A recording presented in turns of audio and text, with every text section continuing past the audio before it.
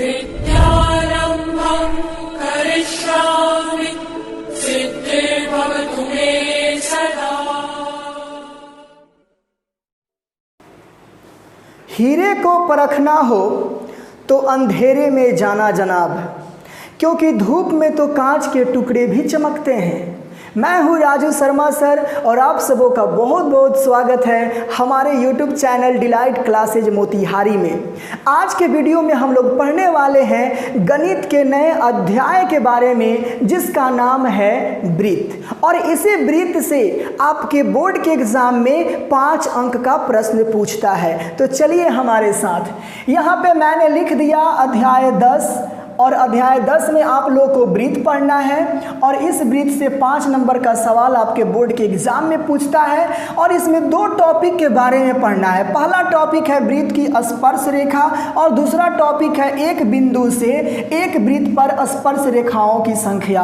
तो मैं एक एक करके टॉपिक बताऊंगा। आज मैं बताने चल रहा हूं कि वृत्त की स्पर्श रेखा, और इसे पढ़ने के बाद प्रश्नावली 10.1 को बनाने में आप सबों को दिक्कत बिल्कुल नहीं होगा। तो यहाँ पे हम लिखते हैं वृत्त की स्पर्श रेखा, वृत्त की स्पर्श रेखा, यही टॉपिक है। और यह जो टॉपिक है प्रश्नावली 10.1 के लिए है।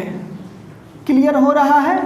चलिए अब यहाँ पे हम एक बात जान लें कि स्पर्श रेखा, स्पर्श रेखा का अभिप्राय, स्पर्श रेखा का अभिप्राय क्या क्या है। तो ध्यान दीजिएगा, ये आपका एक वृत्त है, फिर यहाँ पे भी आपका एक वृत्त है, फिर यहाँ पे भी आपका एक वृत्त है, यानी आपका यहाँ 3 वृत्त है। तो इस वृत्त में एक आपका रेखा है जिसका नाम हम देते हैं पी क्यू। फिर इस वृत्त में भी एक रेखा है जिसका नाम हम देते हैं पी क्यू। और इस वृत्त में भी आपका एक रेखा है जिसका नाम देते हैं हम पी क्यू। ध्यान दीजिएगा, इस पहले फिगर में इस वृत्त को देखिए और इस रेखा को देखिए। क्या ये वृत्त की इस रेखा से अटैचमेंट है? नहीं है। तो इसको हम कहेंगे अप्रतिच्छेदी रेखा। क्लियर हो रहा है? अब यहाँ पे आप देखिए कि एक वृत्त है और एक रेखा है जो वृत्त के 2 बिंदुओं पर काट रहा है। मान लेते हैं एक बिंदु A है और दूसरा क्या है B। तो यह जो रेखा है इस वृत्त को क्या कर रहा है? काट रहा है, यानी प्रतिच्छेदी कर रहा है। तो दूसरे नंबर फिगर में हम क्या लिखेंगे? प्रतिच्छेदी रेखा। समझ में आ रहा है? चलिए अब यहाँ पे हम तीसरे फिगर की जब बात करते हैं तो एक दिया गया वृत्त है और एक आपका रेखा है पी क्यू जो वृत्त के किसी एक बिंदु पे काटती है। तो इसी को हम लोग कहते हैं स्पर्श रेखा। इसको क्या बोलते हैं हम लोग? स्पर्श रेखा। अब इसी स्पर्श रेखा के अभिप्राय से कुछ बातें निकल कर आता है, आप यहाँ समझ सकते हैं। ध्यान दीजिएगा, यहाँ लिखेंगे कि किसी वृत्त का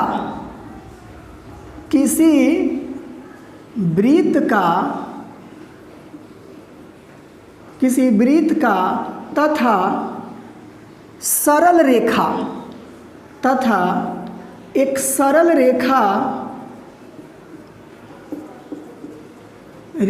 का उभयनिष्ठ बिंदु, ध्यान दीजिएगा, किसी वृत्त का तथा एक सरल रेखा का उभयनिष्ठ बिंदु से जो रेखा बनता है वही स्पर्श रेखा कहलाता है। कहलाता है। देखिए, आप इस फिगर को देखकर जैसे समझ लीजिए कि एक वृत्त का और एक सरल रेखा का उभयनिष्ठ बिंदु से जो रेखा बनता है वही हमारा स्पर्श रेखा कहलाता है। आपको क्लियर हो रहा है? साथ ही यही उभयनिष्ठ बिंदु,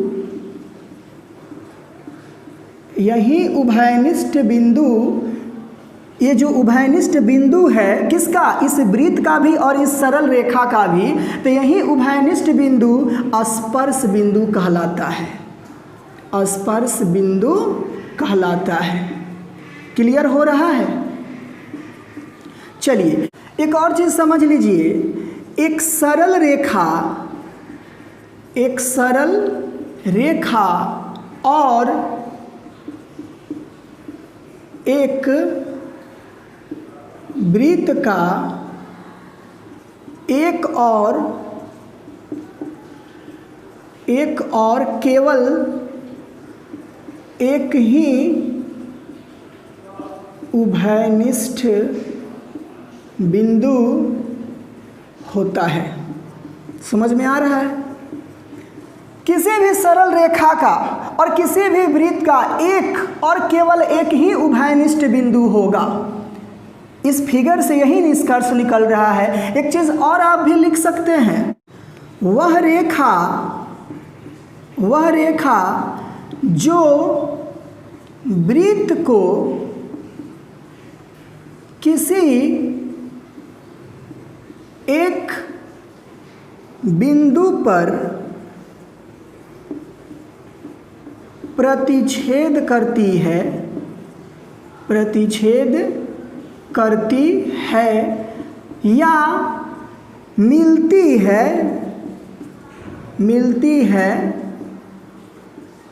वही स्पर्श रेखा कहलाता है।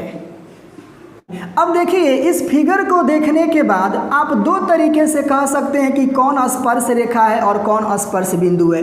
एक तो मैंने लिखा दिया कि किसी वृत्त का किसी सरल रेखा का उभयनिष्ठ बिंदु से जो रेखा हमारा निकलता है वो हमारा स्पर्श रेखा होता है, और दूसरा हमने लिखा दिया कि वह रेखा जो वृत्त के किसी एक बिंदु पर मिलता है वह स्पर्श रेखा है। तो इस तरीके से आप अपने भाषा में अपने शब्दों में जवाब दे सकते हैं। अब मैं बताने चल रहा हूं एक प्रमेय, तो बने रहिएगा।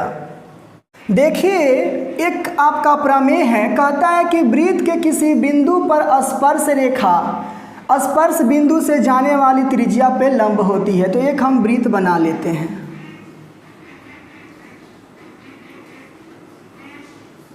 ठीक है, ये आपका वृत्त है और ये आपका क्या है? केंद्र है, जिसका नाम हम O दे देते हैं। तो कहता है कि स्पर्श रेखा, एक स्पर्श रेखा तो बनाएंगे हम।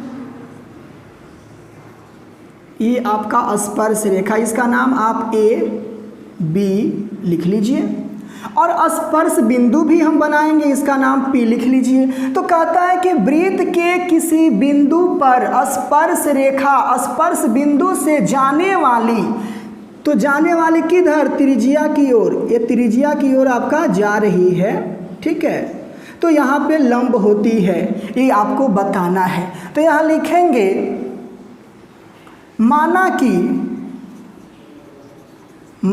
कि एक वृत्त है जिसका केंद्र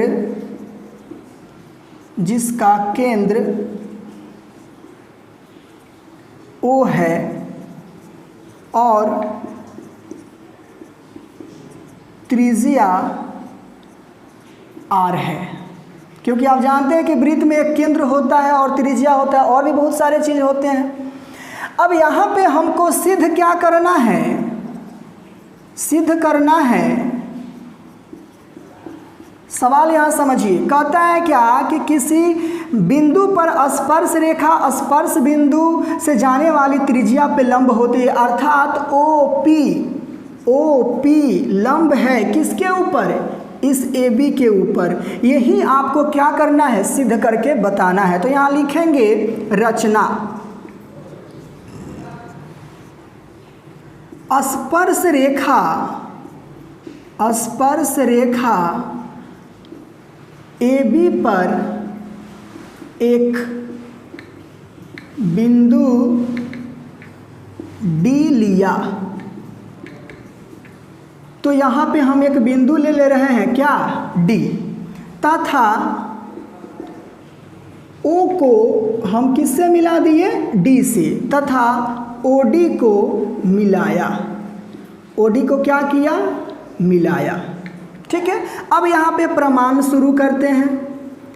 यहाँ लिखेंगे कि चूंकि स्पर्श रेखा AB पर एक बिंदु D स्थित है, जो वृत्त के, अब बताइए, ये तो हमारा बिंदु P है जो वृत्त पर है, और ये जो बिंदु D है वो तो वृत्त से बाहर है, जो वृत्त के क्या है, बाहर है। तो आप बताइए कि जब बाहर होगा तो OD जो होगा, OD वो बड़ा होगा किससे, OP से, इसलिए हम लिखेंगे कि OP लंब होगा किसके ऊपर, AB के ऊपर, और यही हमारा क्या हुआ, सिद्ध हुआ। अब आप कहेंगे कि अरे वाह ये तो बड़ा जल्दी सिद्ध हो गया, तो यहाँ समझिए, यहाँ लिखेंगे कि क्योंकि सबसे छोटी भुजा OP ही है जो AB पर लंब होगी। समझ में आ रहा है? चलिए, अभी भी नहीं समझ में आ रहा है तो अब समझिए। ये हमारा OD जो है, आप तो कह रहे हैं कि OP से तो बड़ा है, क्योंकि OP आपका ये जो बिंदु P है यह वृत्त पर स्थित है और D जो है वृत्त से बाहर है, तो जाहिर सी बात है कि OD बड़ा होगा OP से। एक काम करते हैं कि इसको हम आगे बढ़ाते चलते हैं इधर, तो आप जब आगे बढ़ाएंगे तो यही OD छोटा होता चला जाएगा, एक ऐसा समय आएगा कि यह पूरा खड़ा हो जाएगा। फिर जब इसको आगे बढ़ाते हैं तो ये बढ़ते चला जाएगा ऐसे। तो आप बताइए कि जब इधर है हमारे बाएं तरफ और आगे बढ़ रहे हैं तो घट रहा है, और फिर जब दाएं तरफ जा रहे हैं और आगे बढ़ रहे हैं तो बढ़ रहा है। तो एक ऐसा स्थिति आ रहा है कि OP जो है बिल्कुल हमारा छोटा भुजा होगा, इसलिए यहाँ पे OP जो है लंब होगा किसके ऊपर, AB के ऊपर। तो इस प्रमेय को आपको याद रखना होगा हमेशा कि वृत्त के किसी बिंदु पे स्पर्श रेखा स्पर्श बिंदु से जाने वाली त्रिज्या पे लंब होती है। क्लियर हो रहा है? एक चीज और हम आपको समझाना चाहेंगे, यह आपका वृत्त है, ये क्या है, आपका वृत्त है, और इस वृत्त पे यह एक हमारा रेखा है जिसका नाम हम P और Q दे देते हैं, और यहाँ पे जो हमारा A और B है वह हमारा जीवा है। एक काम करते हैं कि इस रेखा PQ को हम वृत्त के छोर तक लाते हैं, तो एक स्थिति होगा कि ऐसे होगा, फिर दूसरा स्थिति होगा कि ऐसे होगा। तो एक ऐसा स्थिति आएगा कि यह जो हमारा AB जो जीवा का दो सिरा है उसका एक उभयनिष्ठ बिंदु हो जाएगा। तो मान लेते हैं यह P है, यह Q है, और यहाँ हम क्या लिख ले रहे हैं, R। तो इसके ऊपर हम क्या निष्कर्ष निकाल सकते हैं, यहाँ लिखेंगे कि किसी वृत्त की स्पर्श रेखा छेदक रेखा की विशिष्ट दशा है जब संगत जीवा के सिरा, अब ध्यान दीजिए, ये जो संगत हमारा जीवा है उसका सिरा क्या है, AB। तो जब संगत जीवा के सिरा एक समय क्या हो जाएंगे, संपाती हो जाएंगे, समझ में आ रहा है?